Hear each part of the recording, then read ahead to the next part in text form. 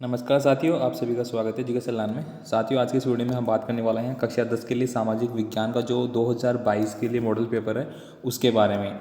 और यहाँ पे आप देख सकते हैं टोटल पूर्णांक आपके 80 नंबर के हैं इस बार, और समय आपका 2 घंटे 42 मिनट रखा गया है।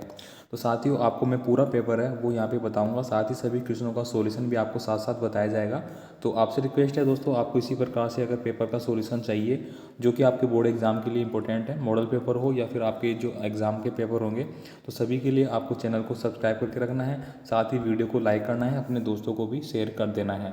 बाकी इनका सॉल्यूशन के साथ पूरा पीडीएफ फाइल आपको मिल जाएगी टेलीग्राम पे, फेसबुक ग्रुप पर, हमारी वेबसाइट पे। उनका लिंक आपको डिस्क्रिप्शन बॉक्स में दिया जाएगा, वहाँ से आप हमें ज्वाइन जरूर करिए। चलिए अपन यहाँ पे बात कर लेते हैं सबसे पहले क्वेश्चन को लेके। सबसे पहला क्वेश्चन है 1929 का कांग्रेस अधिवेशन निम्न में से कहाँ पे हुआ था? तो इसका सही आंसर आप नोट डाउन कर लेंगे, ऑप्शन नंबर सी, लाहौर। 1929 में लाहौर अधिवेशन के दौरान कांग्रेस का अधिवेशन हुआ था, तो फर्स्ट का आपका आंसर हो जाता है सी। तो यहाँ पे साथियों आपको हिंदी और इंग्लिश दोनों वर्जन में पेपर अवेलेबल है। सेकंड देखिए यहाँ पे जर्मन मूलतः किसका प्रतीक है? तो दोस्तों ये किसका प्रतीक है? ऑप्शन नंबर डी आपका करेक्ट आंसर हो जाएगा, बहादुरी का। चलिए इसके बाद नेक्स्ट देखते हैं। क्वेश्चन नंबर थर्ड है साथियों, यहाँ पे क्वेश्चन नंबर थर्ड आपसे पूछा गया है कि ब्रिटेन वुड्स सम्मेलन में किस संस्था की स्थापना की गई थी? तो थर्ड नंबर में दोस्तों की गई थी अंतर्राष्ट्रीय मुद्रा कोष की। तो ऑप्शन नंबर बी है वो आपका करेक्ट आंसर हो जाता है। इसके बाद देखिए यहाँ पे नेक्स्ट क्वेश्चन आपका आता है लोहा अयस्क किस प्रकार का संसाधन है? तो ये है दोस्तों अनवीनीकरण का संसाधन। तो ऑप्शन नंबर डी आपका सही आंसर हो जाएगा। आगे देखिए यहाँ पे क्वेश्चन नंबर 5 है कि इनमें से किस राज्य में मरुस्थलीय मृदा मुख्य रूप से पाई जाती है? तो मरुस्थलीय मृदा राजस्थान में पाई जाती है, तभी तो राजस्थान को मरुस्थल का प्रदेश कहते हैं अपन। तो ये आपका करेक्ट आंसर हो गया। इसके बाद देखिए प्रोजेक्ट टाइगर की शुरुआत कब की गई थी? तो 1974 में की गई थी। तो ए आपका करेक्ट आंसर है।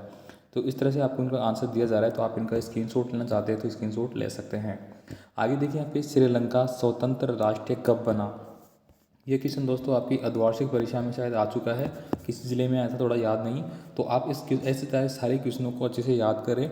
यहाँ से दोस्तों आपके 50% जो क्वेश्चन है वो एग्ज़ाम में आएंगे, ज़्यादा भी नहीं तो, क्योंकि बोर्ड पहले ही आपको एक मॉडल पेपर है और आपका पूरा ब्लूप्रिंट वगैरह सब प्रोवाइड करा देता है, जिसके आधार पर आपका मेन एग्ज़ाम होता है और उसी के आधार पर आपके क्वेश्चन आते हैं। आगे देखिए यहाँ पर मैं बात करूँगा, अगला क्वेश्चन जो है केंद्र एवं राज्य के मध्य विधायी अधिकारों को कितने हिस्सों में बांटा गया है? तो जो नेक्स्ट क्वेश्चन है इसका सही आंसर आपका ऑप्शन नंबर तीन भागों में बांटा गया है, जिसको आप बोलते हैं कार्यपालिका, ठीक है, और व्यवस्थापिका, इस तरह से आप बोलते हैं तीन। तो यहाँ पे देखिए अगला क्वेश्चन की बात करेंगे। इसके बाद देखिए यहाँ पे रिक्त स्थान वाले क्वेश्चन आते हैं आपके। तो यहाँ पे थर्ड नंबर का देखिए दो दो यहाँ पे शायद छूट गए, कहीं पे मिस हो गया। तो यहाँ पे दो जो फर्स्ट आपके रिक्त स्थान है, मैं इनका आंसर आपको यहाँ पे लिख देता हूँ। फर्स्ट वाला जो रिक्त स्थान है आप इसका आंसर नोट करेंगे, रीडर पेस्ट, ठीक है। ये जो बीमारी है दक्षिण अफ्रीका में उसके बारे में बताया गया है। सेकंड है जिसमें कि आपकी 21.67 वनों के बारे में बात की गई है, शायद कुछ इस तरह से उसमें आ जाएगा ये। और थर्ड की बात करेंगे यहाँ पे, तो अन्य जाति समूह में भेदभाव और उन्हें अपने घर से अलग मानने की धारणा क्या है? तो इसको अपन बोलेंगे वर्ण, ठीक है, वर्ण और अन्य जाति समूह से भेदभाव। तो आप इसका स्क्रीनशॉट ले लें। आगे देखिए यहाँ पे मानव विकास रिपोर्ट देशों की तुलना शैक्षिक स्तर, स्वास्थ्य स्थिति और किस आधार पर करती है? तो ये किसके आधार पर करेगी साथियों? तो ये करती है दोस्तों प्रति व्यक्ति, यहाँ पे आप लिखेंगे प्रति व्यक्ति आय के आधार पर की जाती है। तो 6 नंबर का क्वेश्चन का आंसर ये हो जाता है। आगे देखिए यहाँ पे नेक्स्ट है अगला, 4 नंबर का। 5 नंबर का देखिए यहाँ पे आपसे पूछा जा रहा है किस देश के भीतर किसी विशेष वर्ष में उत्पादित सभी अंतिम वस्तुओं और सेवाओं का मूल्य कहलाता है? तो इसको अपन इंग्लिश में बोलते हैं GDP, ठीक है, GDP या फिर सकल घरेलू उत्पाद, आप दोनों में से कोई भी लिख सकते हैं। आगे देखिए बहुराष्ट्रीय कंपनी द्वारा किए गए निवेश को क्या बोलेंगे अपन? तो इसको बोलते हैं अपन विदेशी निवेश। क्या बोलेंगे इसको? विदेशी निवेश बोलेंगे इसको। इसके बाद देखिए यहाँ पे आगे की बात करते हैं अपन, अति लघुतरात्मक प्रश्न आपको पूछे गए हैं उनके बारे में।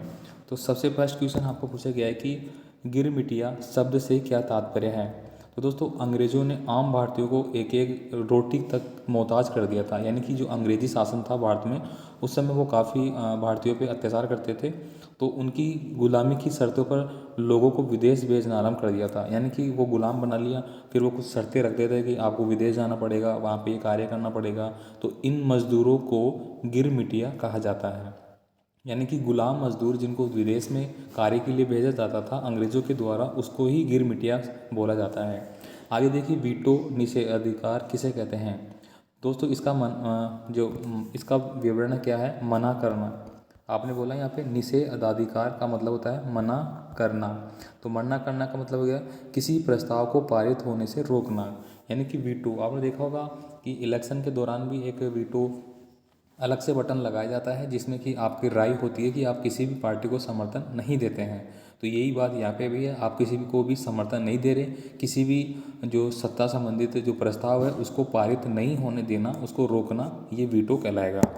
आगे देखिए, यह कथन किसका है, जब फ्रांस सीखता है तो बाकी यूरोप को सर्दी जुकाम हो जाता है। वेरी इंपॉर्टेंट है।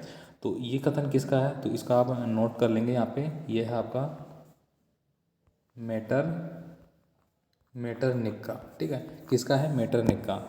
आगे देखिए, बाढ़ नियंत्रण हेतु कोई एक उपाय आपको बताना है। तो दोस्तों अगर आपको बाढ़ का नियंत्रण करना है तो जिस नदी पे बाढ़ आने की संभावनाएं ज़्यादा रहती है, ठीक है, तो बाढ़ग्रस्त नदियों पर आपको क्या करना है, बांध का निर्माण करना है। बांध निर्माण, बाढ़ग्रस्त नदियों पे बांध का निर्माण करके आप बाढ़ को नियंत्रण कर सकते हैं। आगे देखिए यहाँ पे साथियों, अगला क्वेश्चन आता है, भारत के उत्तर पूर्वी राज्यों में कतन दहन कृषि को क्या कहते हैं। तो इस क्वेश्चन का सही आंसर आप लिख लेंगे यहाँ पे झूम।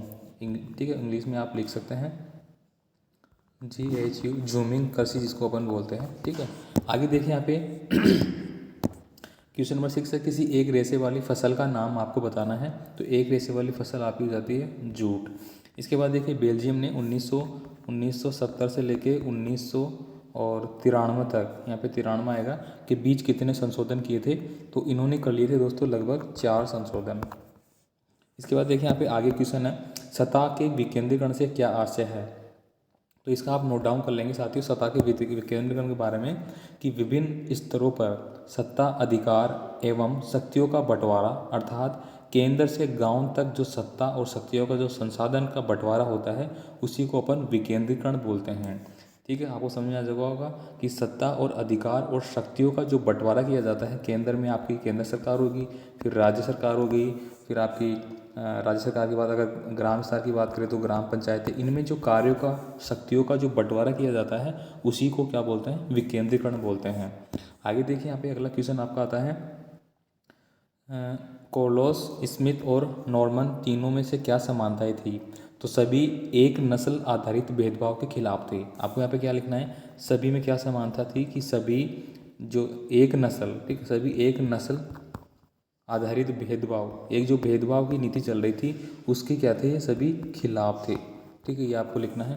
आगे देखिए यहाँ पे अगला है, नवीनीकरण संसाधन और गैर नवीनीकरण संसाधन का आपको एक एक उदाहरण देना है। तो यहाँ पे दोस्तों मैं सबसे पहले बता दूँ आपको कि नवीनीकरण संसाधन, ठीक, आप नवीकरणीय संसाधन के बारे में लिखेंगे, आप पौधे हो जाएंगे इसके लिए। ठीक है, पौधे होंगे, आपकी सौर ऊर्जा हो गई और पवन ऊर्जा हो गई। ये दोस्तों आप पे क्या है, नवीनीकरण संसाधन हो गए। इसके बाद आप बात करेंगे यहाँ पे अनवीनीकरण संसाधनों के बारे में। तो अनवीनीकरण के जो होते हैं वो आप नोट डाउन कर लेंगे। एक जो आपका कोयला लिख लिया आपने, और पेट्रोल, कोयला, पेट्रोल, इस तरह के संसाधन होते हैं। आगे देखिए, अतिरिक्त बेरोजगार के सृजन का कोई एक उपाय आपको बताना है। तो इसका आप लिखेंगे साथियों, परिवहन और भंडार में अधिक पैसा खर्च किया जाना चाहिए ताकि अधिक लोगों को रोजगार मिल सके। यानी कि दोस्तों आपका जो परिवहन है और जो भंडारण है, आप भंडारण कर रहे हैं मतलब किसी चीज़ का उत्पादन कर रहे हैं। अगर फैक्ट्री में उत्पादन माल की जो बनाने की जो शक्ति है, यानी कि ज़्यादा होगी, ज़्यादा माल बनेगा तो ज़्यादा लोगों को क्या मिलेगा, रोजगार मिलेगा। तो ये आप कर सकते हैं। इसके बाद देखिए यहाँ पे अगला है, वैश्वीकरण की प्रक्रिया को उत्प्रेरित करने वाला मुख्य कारक कौन सा है। तो इसको आप नोट डाउन करेंगे, ये है आपका प्रौद्योगिकी में तीव्र वृद्धि। ठीक है, क्या हो जाएगा, प्रौद्योगिकी में तीव्र वृद्धि। इसके बाद देखिए यहाँ पे रेशम मार्ग से किस किस वस्तुओं का व्यापार होता है। ठीक है, तो ये सारे आपके बड़े क्वेश्चन आ चुके हैं। यहाँ पे 50 शब्दों में आपको देना है, तो इनको दोस्तों आपको क्या करना है, सभी को याद कर लेना है। ये सारे इंपॉर्टेंट है। वियना संधि वेरी वेरी इंपॉर्टेंट क्वेश्चन है। जलियांवाला बाग हत्याकांड, ये तो आप सभी जानते हैं। 13 अप्रैल 1919 को ये घटना हुई थी और पंजाब के अमृतसर जो स्थान है वहाँ पे हुई थी। ठीक है, इसके बाद देखिए एजेंडा 21 के मुख्य उद्देश्य क्या है, ये भी मोस्ट इंपॉर्टेंट क्वेश्चन है। इसके बाद देखिए संकटग्रस्त जातियों पर आपको संक्षिप्त में टिप्पणी लिखनी है, ये भी इंपॉर्टेंट हो गया, यानी कि जो रेड बुक डाटा में आप लिखे जाते हैं। भारतीय कृषि पर वैश्वीकरण को प्रभाव को स्पष्ट कीजिए, ये क्वेश्चन बहुत ही इंपॉर्टेंट है, इसके 90+ चांस है आने के 90%।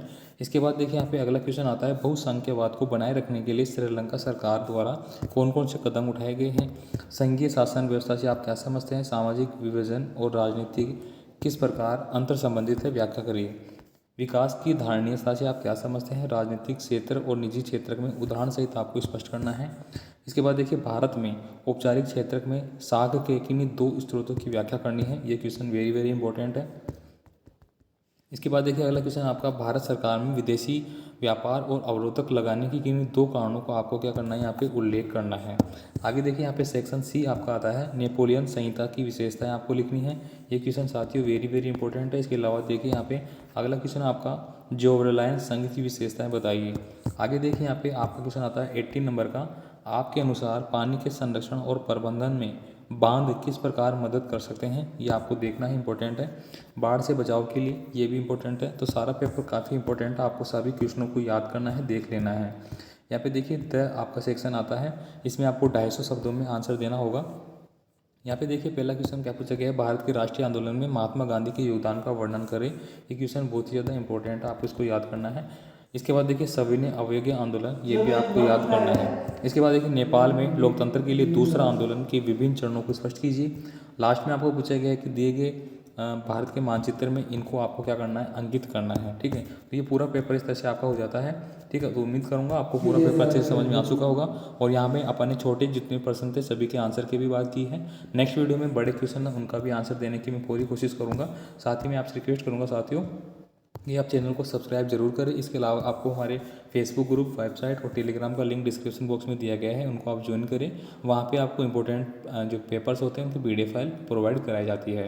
बाकी आपका और कोई भी कमेंट है तो आप मुझे कमेंट कर सकते हैं। मिलेंगे फिर नए वीडियो में नए पेपर के साथ, तब तक के लिए ऑल द बेस्ट, जय हिंद।